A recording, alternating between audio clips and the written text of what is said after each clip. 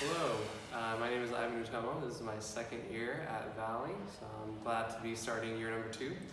Not quite as terrifying as year number 1, so that's always nice.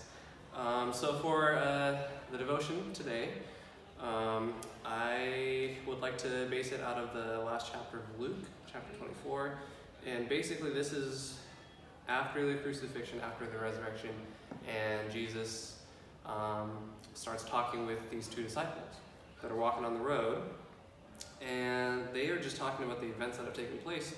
And Jesus says, "What is this dispute that you're having with each other as you're walking?" And they stopped walking and looked discouraged. The one named Cleopas answered him, "Are you the only visitor in Jerusalem who doesn't know the things that happen here in these days?" And I was reading that in my regular reading, my daily Bible reading recently, and it really struck me because they don't know that it's Jesus at this point, right? And so they're just walking, and Jesus is like, "Okay, what are you guys arguing about?" Because they're trying to interpret what just happened. And they turned to Jesus and said, like, "Are you like out of the loop? Do you have no idea what just happened?" And they're saying that to Jesus, right? Like this is the one that this is him, you know. This is the King of the Jews, the Messiah that has been crucified and has come back to life. But they don't know that, so like dude, like, do you not know? Like, so it's just really, really ironic how much they did not know in that moment. And it really resonated with something that happened in my life. Actually, I shared last year about the accident that happened to my wife, Grace, December 2016. She was a pedestrian walking in a crosswalk, and a driver ran a red light and hit her.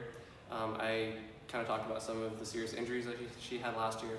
But what struck me when I read this passage was, at that time, I was at grad school at Cal Baptist University CVU in Riverside, and my wife and I, we lived in an apartment complex right across the street from the school. The day that the accident happened, it was a Saturday in December, which is a busy time for musicians because you get a lot of Christmas gigs and that kind of thing. So I was coming from a concert at the high school where I worked at the time to pick her up at either our apartment, or there was a subway in the campus across the street, and then we were going to drive her to a Christmas gig that she was going to play violin for. So I showed up at our apartment to pick her up, and she wasn't there, which was weird because normally she would have called or texted and said, "Hey, I'm going to go ahead and walk over to the subway, grab some food before we headed to her concert," but she wasn't at our apartment when I came.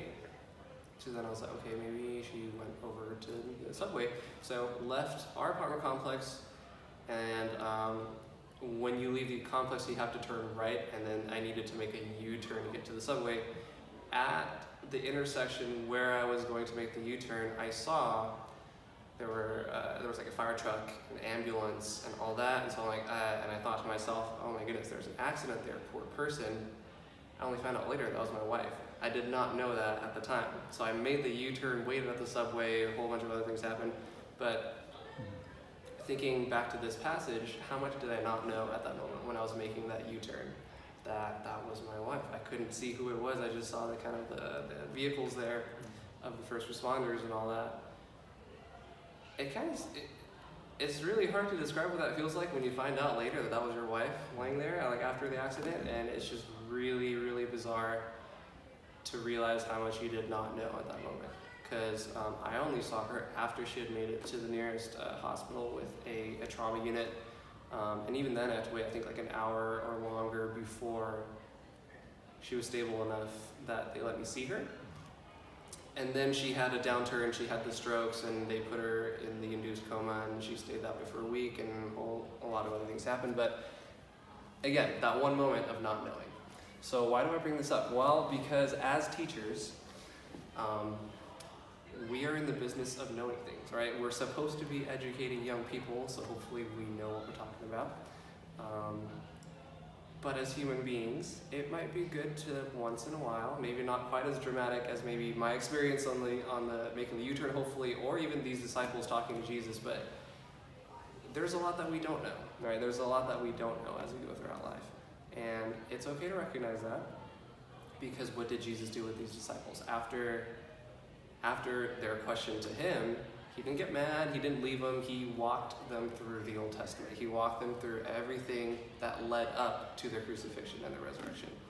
And their eyes were finally open. They're like, oh my goodness, that was him. And then they had to go back and tell all the other people. So it's okay to not know sometimes. It's okay to just be in the moment and kind of do your best and do your thing.